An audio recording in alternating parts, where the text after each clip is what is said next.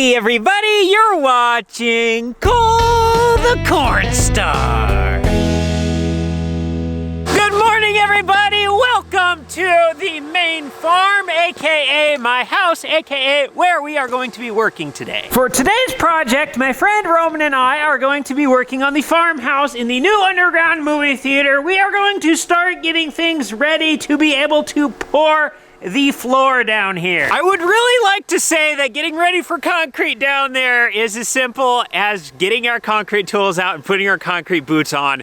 But unfortunately, it is not. We have quite a few steps that we need to do before we will be ready. Due to the fact that we are trying to pour this in the middle of winter in Iowa, the first thing that we need to do is build a big old tarp system over the top of this, so that way we can run our furnace, and then we can keep this area above freezing, so that way we don't have to worry about our concrete getting destroyed. In order for us to build our tarp system, we really only have one main obstacle. Our current plan of attack is to take a bunch of these 2x4s, exactly like what we have here, and then turn them up on their sides, and then take a tarp and drape it over the top. Now, our obstacle arises in the fact that we are going to have to deal with wind and precipitation, and when we have these 2x4s just laying here with a tarp over the top of them, it turns this into a giant sail that is literally just sitting on top of our concrete wall. So our main obstacle is to figure out a way where we can somehow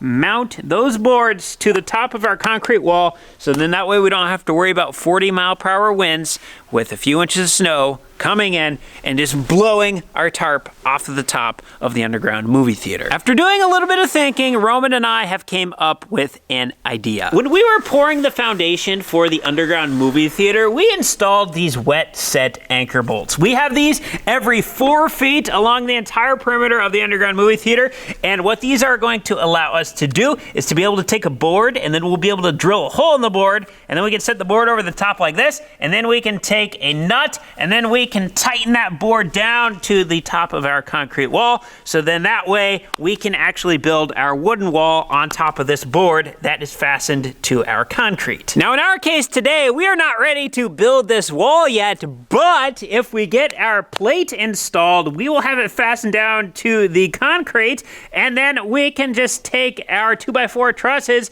and screw it right to this plate that is fastened down with these bolts, and then we won't have to worry about anything lifting up. So that is what we are going to do. Now our challenge hasn't came to be yet. The challenge has to do with the fact that, well, we're like 14 feet off the ground right now, and it's not very easy to install that plate when we're this high, and we have to get out to all of these areas. So that brings us to what we're going to be working on today. A catwalk. We are going to be building a catwalk on top of these boards that we currently have mounted to the wall. So that way we will have a little corridor on the exterior of the underground movie theater foundation walls where we can walk all the way around it, and then it will make it super easy for us to be able to get our plates installed. And then also in the future, when we actually go to set our floor trusses, then we will also have a place to stand. So I guess we're knocking out 2 birds with 1 stone. Before we get started, gotta fill a semi real quick. Semi is full. We still have about 200 semi loads of grain that need to be sold, and those loads are just going to consistently be going out every day.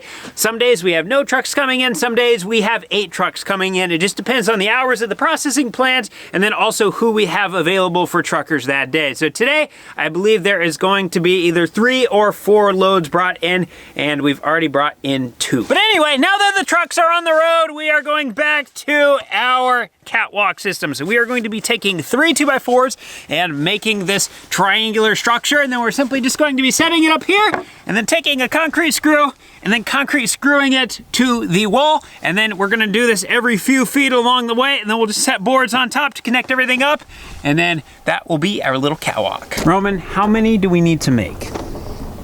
Enough.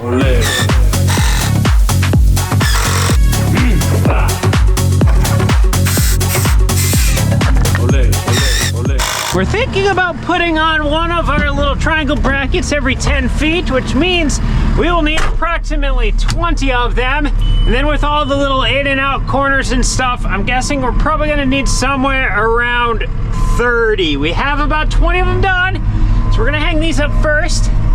and then we'll be able to get a little bit better count on how many exactly we're gonna need.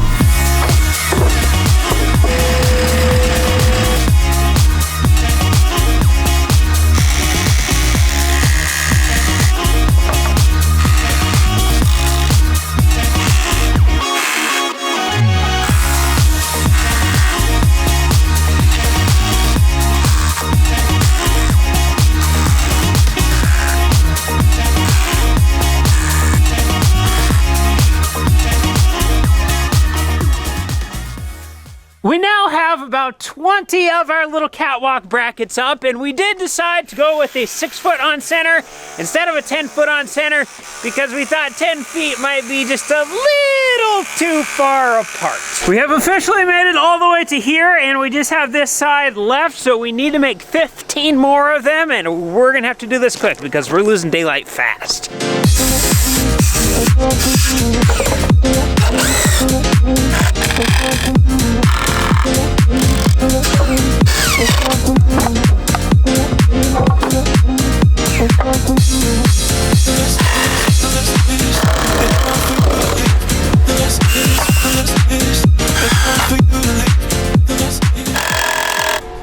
And just like that, 15, we are all ready to get this side built. Good morning, everybody. I would like to share a little personal win that I have discovered, or like maybe a productivity hack, I guess we could call it that. So I'm a person who I like to work on stuff. It is fun for me. All the projects that we do, all the farm stuff, all the everything, it is one big hobby for me. I can honestly say I have never worked a day in my life. It is just fun what we get the opportunity to do. I'm very blessed to be able to get to do what I get to do. But with that being said, I am also an avid researcher, and I do a lot of researching on my phone. And sometimes research can turn into, you know, the rabbit hole of the internet where you just get going down this, like, why am I watching this video about black holes all of a sudden? Well, that happens to me fair often. I'm pretty good at trivia because of it, but I have a wife, a beautiful wife, and I have 2 little boys who I absolutely love spending time with. And when I am working all the time and I'm researching all the time, it doesn't leave a lot of time for me to spend with them, and I don't want that. And it also does not leave a lot of time for me to sleep. Over the last several years, 4, 5, maybe 6 hours of sleep a night would be what I would get. And then I just get up and then keep going, keep going, keep going. Now you get a lot done during the day when you don't sleep a lot like that. And you get a lot done during the day when you're working a lot. And you learn a lot when you're constantly doing a lot of research. But the problem is I want to be able to do this for a long time. And sleeping 4, 5, 6 hours a night for an extended period of time is not good for the body. And well, here's the thing. I don't want to cut back on the amount of work that I'm actually getting done. So I've been looking at areas in my life that I can basically free up some time. So I'm not trying to cut out of the sleep category anymore. We're trying to cut out of the other category. So for me, I got looking at my phone screen time. I'm spending like 6 hours a day on this thing, and it's such a distraction. So what I ended up doing is I picked up a second phone. So I have a work phone now, and then I have my personal phone. My work phone, I have everybody's phone number on the farm who I work with. So if somebody calls me during the day, it's because they actually need something. I have no apps, no anything else on this other than a calculator, and I guess the occasional time I need to use the internet. And it's been awesome. My screen time has cut down from 6 hours a day on this to 2 hours a day. And about 30 minutes of that was my Spanish lessons. So to cut my 2 hours out that I have remaining, I just basically wanted to be my 30 minutes of Spanish. I ended up taking my main phone and I turned it to grayscale mode. So that means it no longer has color on it, it's just gray. I think it's black and white and gray.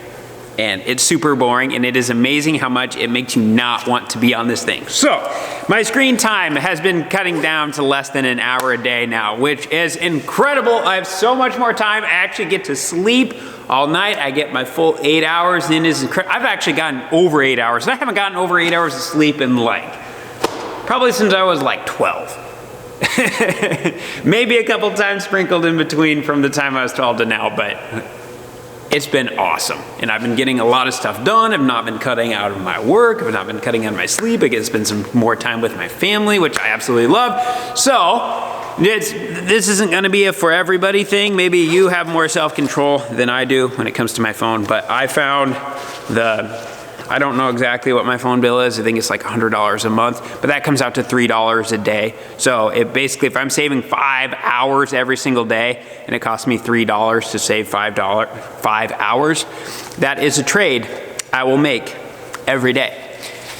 So just a little personal win I thought I would like to share there. Now while I'm standing here in the shop, I have some good news and I have some bad news. Well, maybe it's actually bad news on both things, or maybe it's good news on both things. I guess, is the cup half full or is it half empty? The good or bad news about the red Volvo is, well, I guess, let's start with something that's actually good. Cooper and Zach got the radiator put back in this. They got a new one. So this is all put back together. Everything is all ready to go on the engine. Now, the actual good or bad news has to do with the back end here. Yesterday, my brother Cooper was checking the oil levels on this and getting everything greased up. And so he went to go check the differential oil. And so he took that plug off, but he did it on the front one. And when he did that, he had this underneath.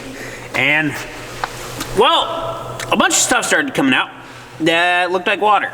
And that's because it was water. And so we had milky oil inside of the differential, which means that somehow water was getting inside of this thing, and we had no idea how, so Cooper did a little bit of inspecting, and come to find out right there, if the camera will focus, yeah, you see that big old crack right there? Well, that is a crack in the axle. So, the red Volvo is getting a new front rear axle. The other good or bad news has to do with our four-wheel drive Challenger tractor that we just bought a couple months ago. So the other day, Cooper and Zach split this tractor at the articulating point because the articulating pin that was in the bottom, this big honker right here, it broke in half. So they had to pull everything apart so that way they could get in there and put a new one in. So they got all the parts and stuff ordered for this.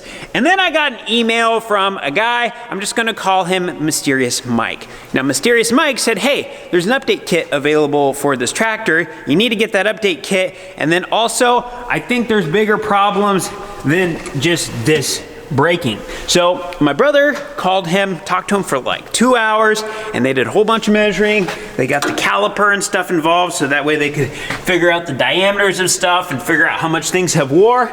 Long story short, we thought we were good, so we ordered the update kit, and then Cooper got the bearing in here, and then look at this. We have a whole bunch of movement. I should not be able to do this at all. I should maybe be able to just barely budge it, but that thing is loose inside of there. So after doing a little bit more measuring, the hole that sits inside is warped by 15 thousandths of an inch.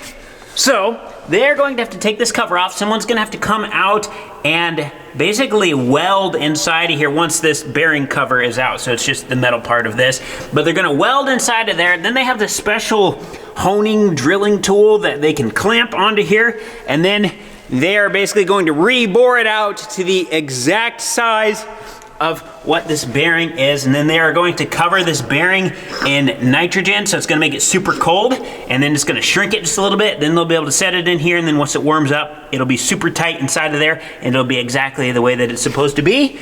So now we just have a little bit more work, and our job got a little bit more expensive because they're going to have to come out and do that. That's something we don't have the tools to be able to do, and we don't exactly know how to do it. So like I said, it's good news in the fact that our tractor is going to be fixed right. It's bad news in the fact that, well, there's going to be a little bit more work, and it's going to be quite a lot more expensive. For the past couple years, our repair bills have really been eating into our profitability. When I was growing up, our repair bills would usually be around $50,000 per year. Now, when I was growing up, we didn't do necessarily the full in-depth repair that we would do now. It would be just enough to be able to basically get us by. And so you were doing a lot of temporary permanent fixes.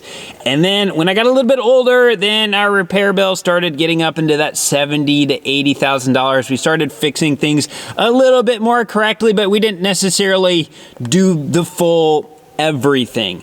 And then these past couple of years, we just kind of got tired of things constantly breaking, so we decided, you know what, let's just do the full fix and get it done. And those repairs have just been stinging. From January 1st of 2023 to January 1st of 2024, our repair bill is like $140,000. And then from January 1st of 2024 to January 1st of 2025, we had $160,000 in repairs. So in the last 2 years, we spent almost $300,000 on repairs. And it has just been not very fun. I'm ready to get around all of these repairs to where if we can get that number to $50,000, we would be so much more profitable. But I guess it is what it is. Stuff breaks, and I guess I just thought of some other good, bad news. Our combine, that just went into the repair shop, and they got done with their inspection, and I guess we have like $22,000 worth of just parts on that need to be fixed. So that's not helping us lower this $165,000 repair bill. Even though we've been getting eaten by all these repair bills, I am still extremely optimistic for this year that we will be able to get it much lower, because all of our semis, once we get this red Volvo fixed anyway, all the semis will be completely gone through, all tires, all brakes. That should be good. Once the combine's done, that should be good. We got a new engine in one of our tractors last year, so we shouldn't have any problems with that for a really long time.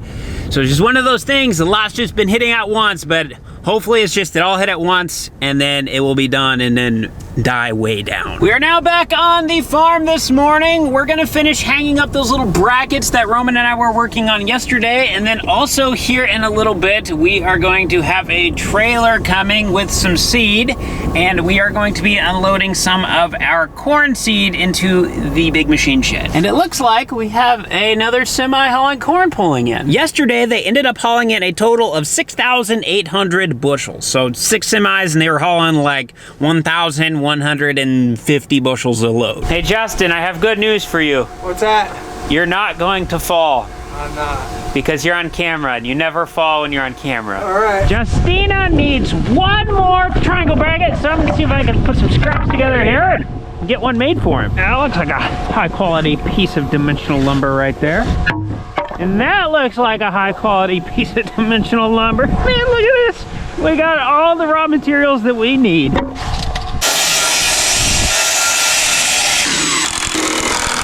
Perfect. Justin, I'm gonna throw this triangle right where you're gonna need it, okay?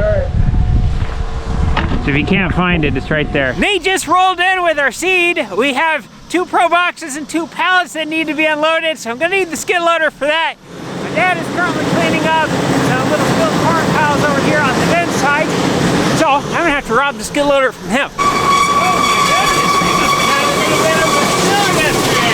I think what happened, the leg plugged up yesterday, so when you unplug the leg, you have a big old pile there that you gotta get rid of. It's supposed to snow potentially up to 8 inches tonight, so we need to get that picked up before it gets all wet. Hello, skid loader. It's warm in here. Sorry, don't mind my public education. We have 1 pallet and 2 pro boxes, so 3, not 4.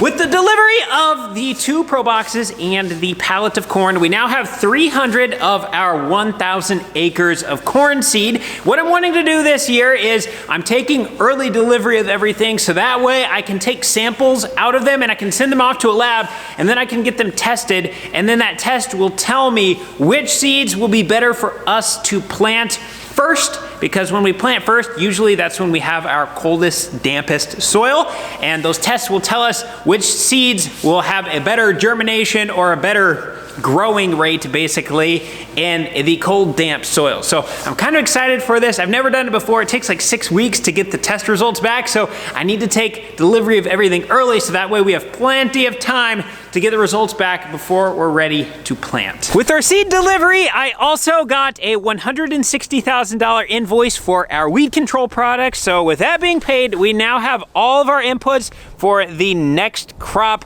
completely paid for. So now we just have to wait a couple months before we're able to start putting some things in the ground. Back over at our catwalk project, Justin got this entire side done. He's got this entire side done, and he's just got about 50 feet or so left. We're really trying to beat this snow.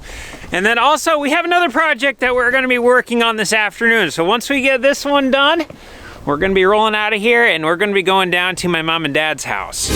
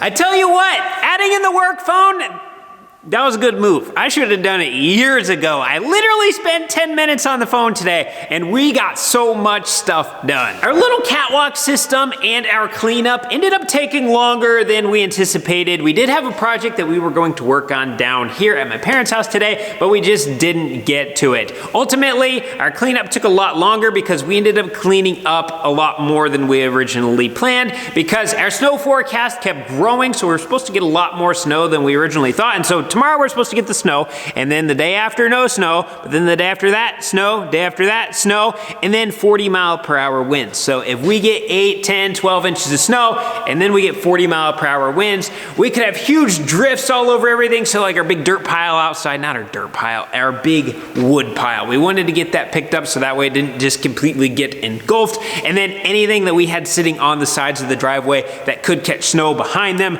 we just got it all out of the way. So that way the snow should hopefully just come in through there and just blow right through, and then once the storms are done, then we'll be able to get back to work and we won't have to move a ton of snow. We also ended up getting another 8 semis out today, so we got 15,000 bushels of corn hauled out in the last 2 days, and then Zach got to work on the red Volvo and he started pulling everything apart on this axle. This is not the cracked side. Check this thing out. Now that we got some stuff off, you can actually see it a whole lot better, but it's looking pretty sad. Now, even though we found some stuff that was broke today and we're diving into it, and that's not the most fun thing to do, today was an absolutely phenomenal day. We got a lot of stuff done and it just lines us up to be able to get a lot of stuff done tomorrow. Speaking of tomorrow, we have nothing else to do today, so we're gonna call it here. Thank you so much for watching. We'll see you in the next one.